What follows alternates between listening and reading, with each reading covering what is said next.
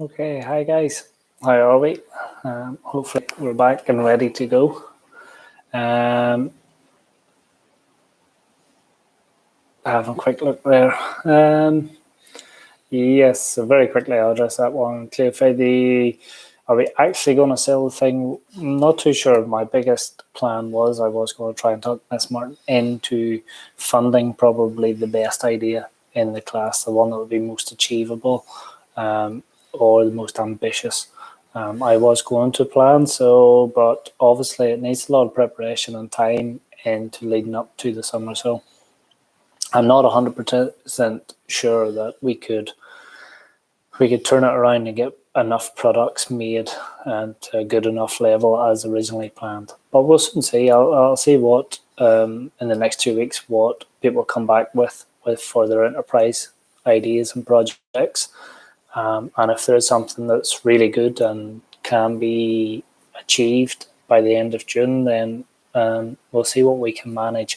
But I say if you design it with the idea that you are wanting it to be chosen and put into place, then that's probably the best way to go about it.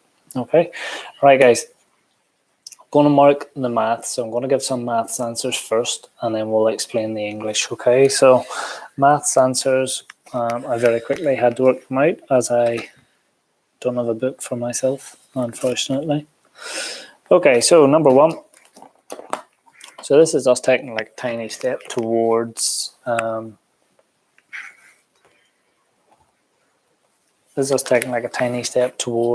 volume, almost. So we're on surface area, which is the outside area that surrounds a shape. Okay, so if you think 2D shape square, we know the area is inside the shape. But if you have a lot of those square faces on a 3D object, we can calculate the surface area. So how much surface area there is that you can touch. When we move to volume, volume is going to be the space inside the 3D shape. Okay, but surface area is what you can touch and feel on the outside. So question number one, it just says he's got a cube. So we know a cube, we know the properties of a cube, they're all the same size. So 9 times 9 would have given 81 centimeters squared. So that's only one face of the cube is 81.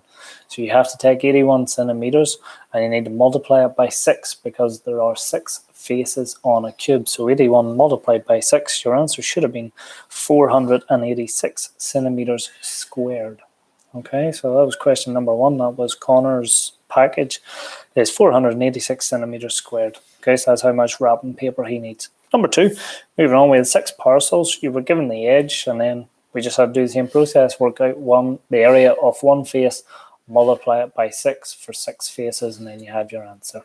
Okay, so number one, the parcel with an edge of 7, the answer there was 294 centimeters squared, 294 centimeters squared.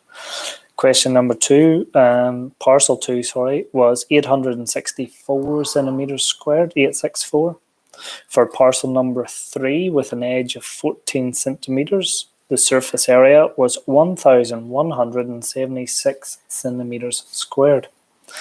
For parcel number 4 with an edge of 23 centimeters, its surface area was 3,174 centimeters squared, 3,174 centimeters squared. For parcel 5 with an edge of 29 centimeters, the surface area was 5,046 centimeters squared. That's 5,046 centimeters squared. And finally, in question 2, parcel 6, an edge of 35 centimeters would have given a surface area then of 7,350 centimeters squared. That's 7,350 centimeters squared. Anyway, moving on, question 3 then. It says now work out the total surface area of the cuboid. So with the cuboid, we need to recognize there are 4 rectangle shapes. So once you figure out the surface area of one rectangle, you multiply it by 4. That gives you the rectangle part. And then you've got 2 squares made up of the width of one of them rectangles. So whatever the width measured, that would have made a square shape. So for example, the first one says the width is 4, so that means you're going to have a square that measures 4 by 4. And on the other side of the net, there would also be, or the cuboid, there would also be another square that measures 4 by 4. So 4 by 4 would give you 16, and then you double up 16 for those two squares. So for question 3, cuboid 1.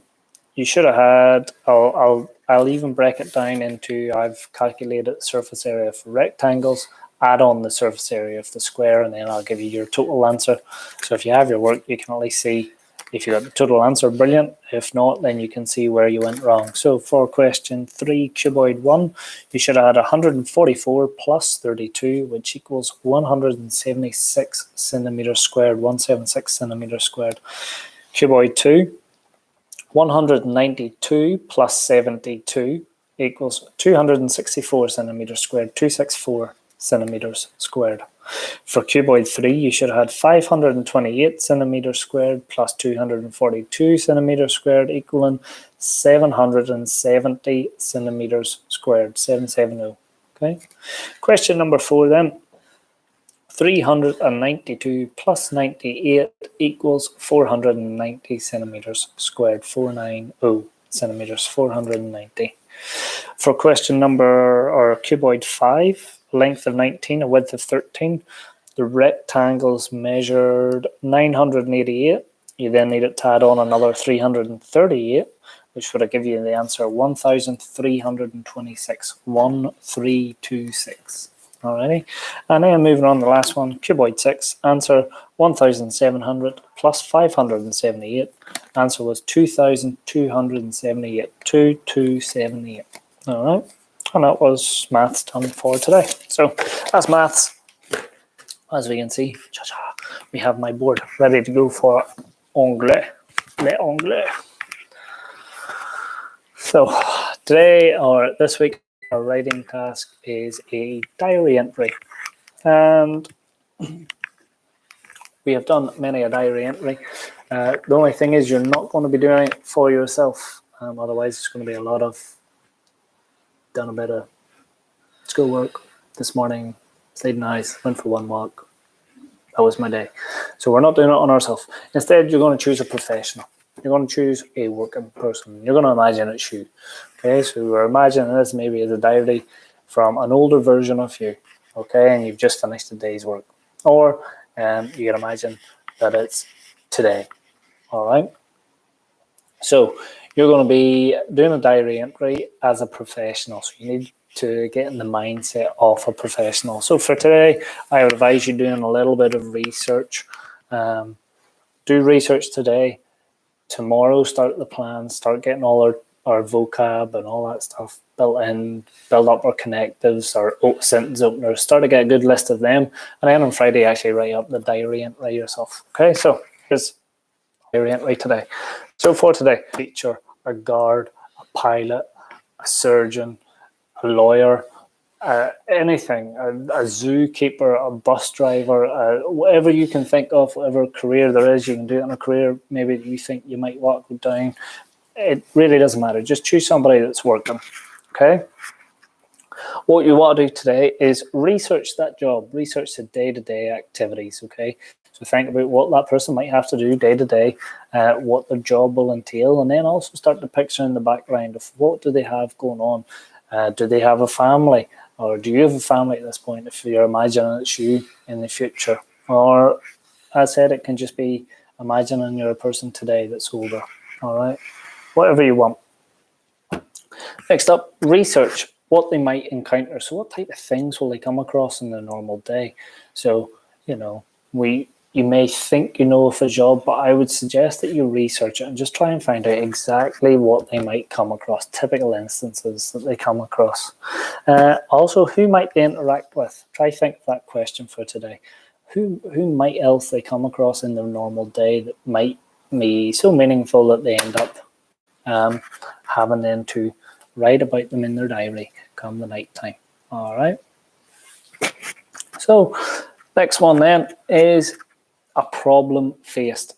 So with the problem, think about what problem they maybe came across. Because again, we want to make this diary entry interesting to actually read. Okay, so the idea being that whoever this person is, they've come across some sort of problem and hopefully get solved. all right? But try and think of something interesting or a little spin that you can put on their day's activity or routine that would make this diary entry interesting. Remember, if we're writing, we're always writing with the idea of keeping somebody interested. So for today, research a professional job. Think of their day-to-day activities, what they might encounter on a daily basis, who might they interact with, who could they be socializing with, talking with, dealing with, communicating with, and then next thing is what problem could they face in a day. All right. As I said, you can do it for today. You pick, like, say, a doctor, like they're all across the media at the minute, so you could do it on today. You could base it on today's world and think what a doctor might see in a day with all that's going on in the world. Or if you've had enough of it and you're fed up listening to that sort of stuff, don't even worry about it. Picture it 10 years from now and it's you and you've just finished your first day flying an airplane all the way across to America. Okay, so you choose. All right, then down here, this is the key bit. Okay, this is what's going to make this diary entry better than any diary entry you've done before. So for this one, things that you need to keep. Guys, we're saying we don't understand. It's a diary entry. Pick a job and write a diary entry based on the principle that you've just done the day's work. So if I'm a teacher and I've finished the day's work and I'm now reflecting on my day, okay? So that's all you're doing. You're just a diary entry. You've done these 100 times over, all right? The only thing we're doing is we're not writing it from your point of view. You're choosing as if you are a professional. That's all it is. So only slight little spin we've put on it. And now we're going to go through the features of a diary entry, which you're very well aware of, but I'm going to remind you. So no, I'm not making anything too complicated. Just a diary entry. You've done them 100 times. Some of you may even just do them yourself every day. So what we're going to do is we're going to have a look at what you need to write in a diary entry. Okay?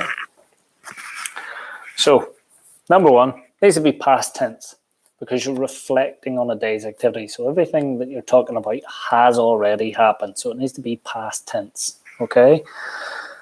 So, you know, I went to work, not I am going to work. I went to work. All right? The type of sentence.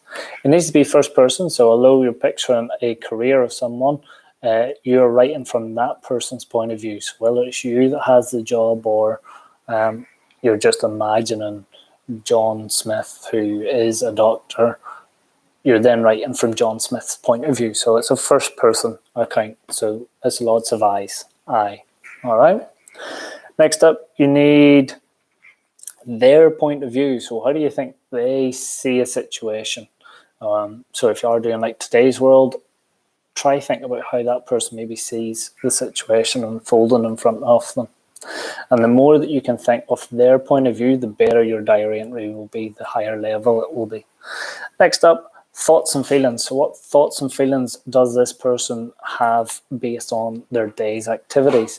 And this is, again, the key part. So you don't want to just retell the events of the day. You've done that third and fourth class. You've done that enough. A diary entry is much, much more than just retelling the events of the day. Thoughts and feelings, emotions, reflecting on the events, what they felt like, how they make them feel, what they make them think, and how will it affect their future thoughts or their future actions. All right? So then after thoughts and feelings, we need opinions and facts. So with a diary entry, you've got lots of opinions because you're writing it from a personal point of view. So because it's in a first person, you can express that person's opinion an awful lot, how they see something, what their belief in something is. So it's their opinion. Okay, so it doesn't always need to be just facts in a diary entry.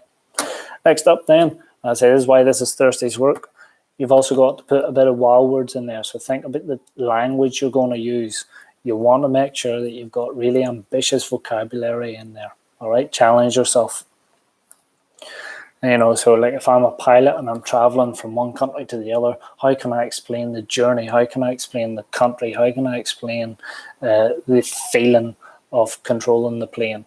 All right, and all of those are where your wild words are going to come in. So think of the job, think of the role, and then think of the words that you're going to use to describe it. And again, like 30 seconds, 60 seconds, get a list of wild words, and then when it comes to writing it up on Friday, you have a much easier job on your hands. Next up, it's informal diary entry. Theoretically, diary entries are written with the idea that nobody's going to see them. So it's like a little chat between you and the diary book. So you can just be very informal. Your language is informal, so it's quite chatty, like, okay, and you can use slangs, all right? So next up then, time conjunctions. Again, think of sentences that are going to move the day's events on, all right? So you're always thinking like then, okay, afterwards, okay? So time conjunctions, how do you move the time on from what you're retelling and discussing? Last one then, it says organize the events into paragraphs. So you need to organize the effects or the events into paragraphs, and this is where we really want to make sure our work is organized in paragraphs. Within the last 2 months of 60 or so, we really want to use paragraphs. So the best way to do this is in your diary entry, think about the key events of the person's day. That's why we build up to it and we research it. So think of those events of the day and what have all happened, and then you want to structure them so that they all have their own paragraph. You know what I mean? Going to setting off to work could be a paragraph. The problem that happened in work, new paragraph. Maybe the problem's really complex and it might take up 2 different paragraphs to sort of the start of the problem, the end of the problem. And then you've probably got the getting home in the evening, what happened, all right? So to go back over this, you're writing a diary from the point of a professional. And I'm actually going to send this, I've created a Word document and it's going to go on to Google Classroom. I advise every one of you to look at it and read it, because you seem to be thinking this is really complicated when it's not. So search it, and I have no real idea as to how you're getting stuck on this, all right? You're writing a diary entry from the point of a professional person, not yourself, not a school pupil, a professional person. So doctors, teachers, lawyers, pilots, shopkeepers, vets, doesn't matter. Somebody that's working, you understand? So a little bit of imagination is needed here. You definitely do not need to be famous. I didn't say a famous person. I said a professional person, somebody who is working. That's all it is. All right? So for today's work, all you do is research that type of job.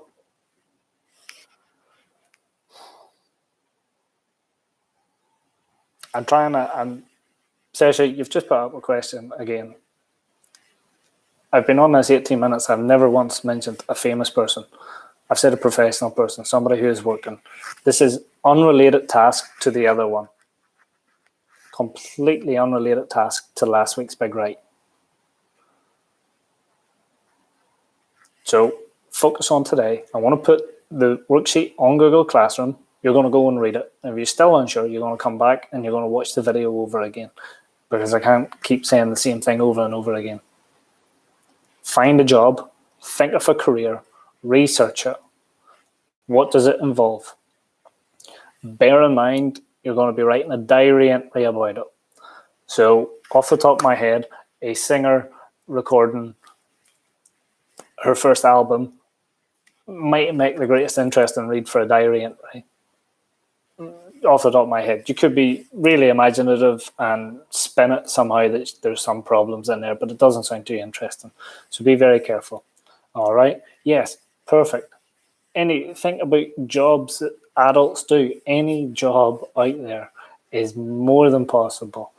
It could be a lifeguard, a swimming instructor, a soldier or guard. It doesn't really matter. Any job out there, you think about that and you pretend then when you write the diary entry, you're writing it from their point of view. You become that person, and you write the diary entry from that person's point of view.